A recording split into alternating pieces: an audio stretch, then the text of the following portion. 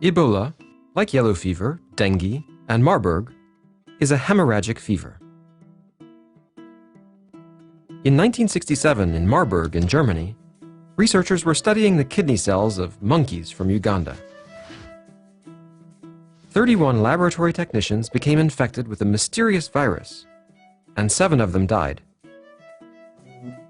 The so-called Marburg virus fell off the radar for 10 years or so, before reappearing in 1975 and killing an Australian traveler arriving from Zimbabwe.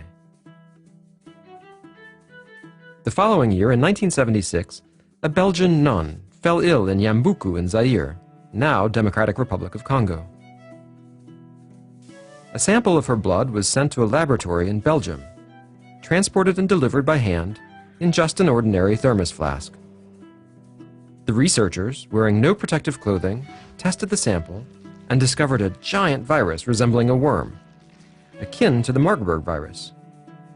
The World Health Organization, or WHO, called for a stop to all research into this extremely dangerous virus. But on the request of Belgian authorities, Peter Pio, one of the members of the Belgian team, went to Yambuku. He noticed the nuns used the same syringe on several patients. He also observed that those participating in the funeral rites of people who had died mysterious deaths would themselves fall ill. During the outbreak, 318 people were infected, and 280 died in villages in the region. The virus was given the name of a local river, Ebola. The same year, another strain of the Ebola virus hit Sudan. 284 people died. In 1995, in Kikwit in Zaire, 254 people succumbed to the disease. Then Ebola disappeared, before resurging at the beginning of the 21st century in Central Africa, in DRC, Gabon, and Congo-Brazzaville. All these outbreaks were limited to small areas. Until 2014, when an epidemic of unprecedented scale, originating in Guinea's forest region, reached the capitals of Guinea, Liberia, and Sierra Leone in just a few months.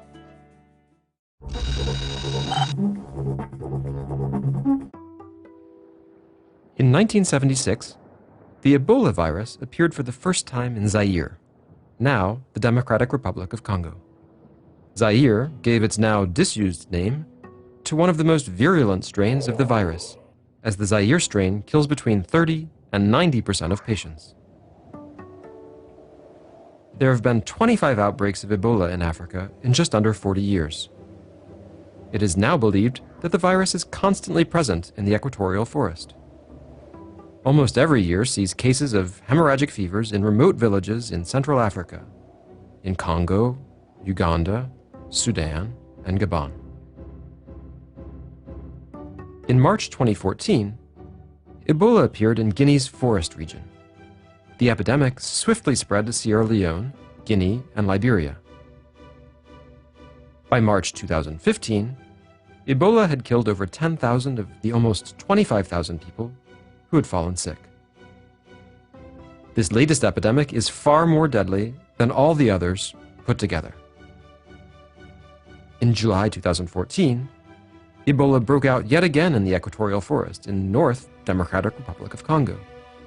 Unrelated to the epidemic in West Africa, it was contained in less than 2 months. Since the beginning of the outbreak, a handful of patients repatriated from West Africa have received treatment outside the African continent. 5 of the 6 patients treated in the United States survived. 2 missionaries repatriated to Spain died after infecting their nurse who survived. In Germany, 2 patients were cured. In Norway, 1, and in France, 2. In most cases, doctors were able to cure their patients using experimental treatments. The 3 countries worst affected by Ebola are among the world's 14 poorest. Guinea has 1 doctor for 10,000 inhabitants, Liberia 1.4, and Sierra Leone 2. In all three countries, 1 infected person in 10 is a health worker. The epidemic has decimated their health systems. Even if urban population density and movements help to explain the scale of the current epidemic, scientists still have many unanswered questions.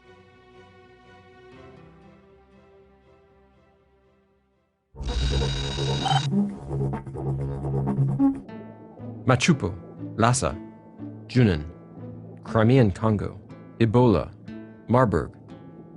As many names for hemorrhagic fevers as there are viruses. Ebola and Marburg belong to the same family of viruses, the Filoviridae. These are elongated, sometimes oddly shaped, strands. They're classified as Category 4 pathogens.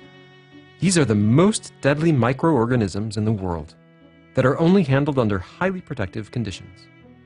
Microorganisms for which there is still no vaccine or cure. Just like other viruses, some animals carry Ebola. There's no conclusive proof yet, but it's thought that the virus multiplies very slowly in some bat organs, and that bats transmit it to monkeys, chimpanzees, and gorillas, which humans hunt for food, becoming infected when they eat them. There may also be direct transmission from bats to humans when they are butchered for their meat. But in the case of the current epidemic, there's no scientific proof yet to confirm that bushmeat was indeed the source of contamination. The virus, present in an infected person's blood and body fluids, is spread through direct contact. To be infected, all it takes is contaminated bodily fluids to penetrate the skin through the mucous membranes or an open wound. Once it's in the blood, the virus attacks the immune cells. It blocks the release of a protein called interferon, which helps to eradicate invading pathogens. The virus uses deactivated immune cells as a means of transport to then infect organs like the liver, thymus, and spleen.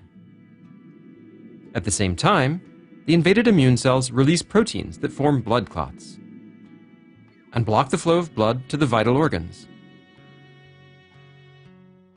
Deprived of oxygen, the organs fail, causing internal or external hemorrhaging.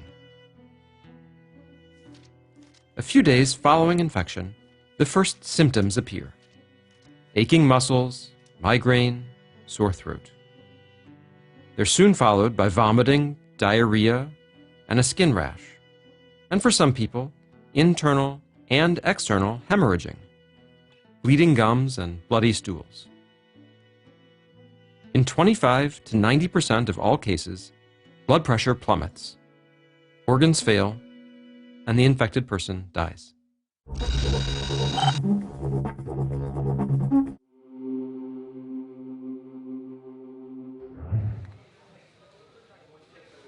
An Ebola patient is only infectious once they show symptoms. The more the infection progresses, the greater the risk of transmitting the virus. Corpses of patients who died of Ebola are extremely dangerous, especially when family members touch the body during funeral rites. From the first sign of the disease, a diagnostic test must be carried out.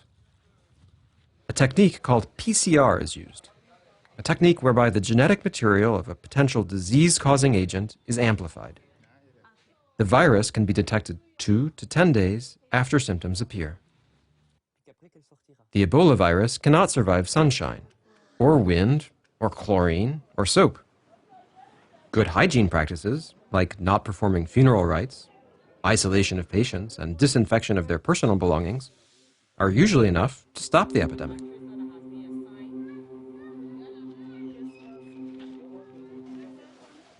Healthcare staff are at direct risk. In addition to universal precautions, they have to protect themselves with a whole arsenal of measures. Protective overalls, aprons, masks, hoods, goggles, gloves. It's when removing this gear that the personnel is at the highest risk of infection. Neither treatment nor vaccine against Ebola exist yet. Doctors can only rehydrate their patients, sometimes give them a blood transfusion, and prescribe antibiotics and painkillers.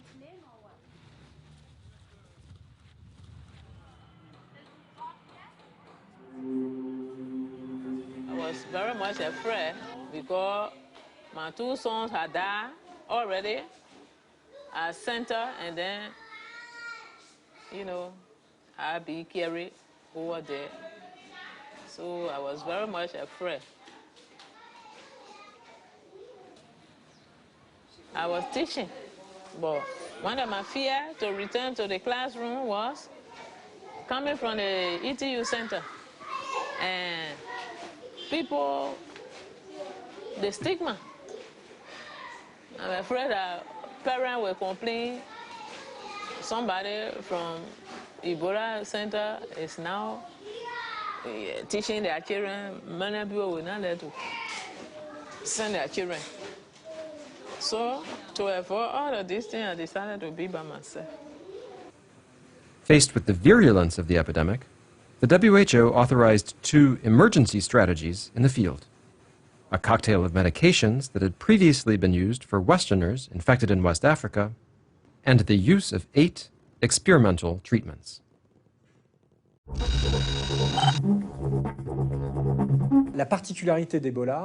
For the Ebola vaccine, it was the first time we've been asked to develop a vaccine so quickly.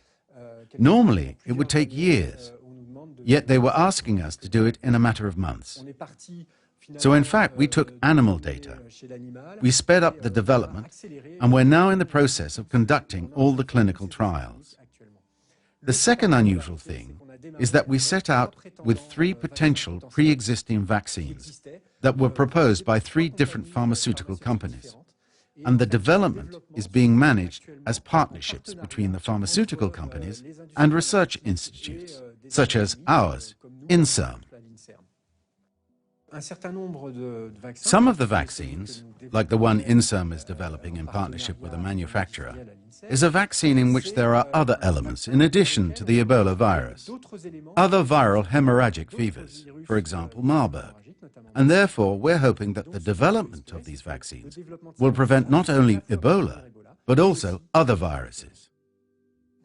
Then, of course, there's what we can do for patients actually infected with Ebola. What can be done to help them, to treat them, to increase their chance of survival? Because Ebola is an extremely deadly virus. One of the strategies is to use an antiviral therapy. One of these antiviral treatments was evaluated by an Inserm team as part of a clinical trial that was conducted in Guinea on patients with Ebola. We don't at the moment have a definitive answer that, yes, this treatment is effective, but we have reason to believe that firstly, it's well tolerated. It doesn't itself cause harm. And secondly, it has a real chance to help treat patients. The first trial is finished. It's over. The results were presented at an international conference. And now we are evaluating new treatment strategies using this antiviral treatment, but also using other approaches, such as using antibodies to treat the disease.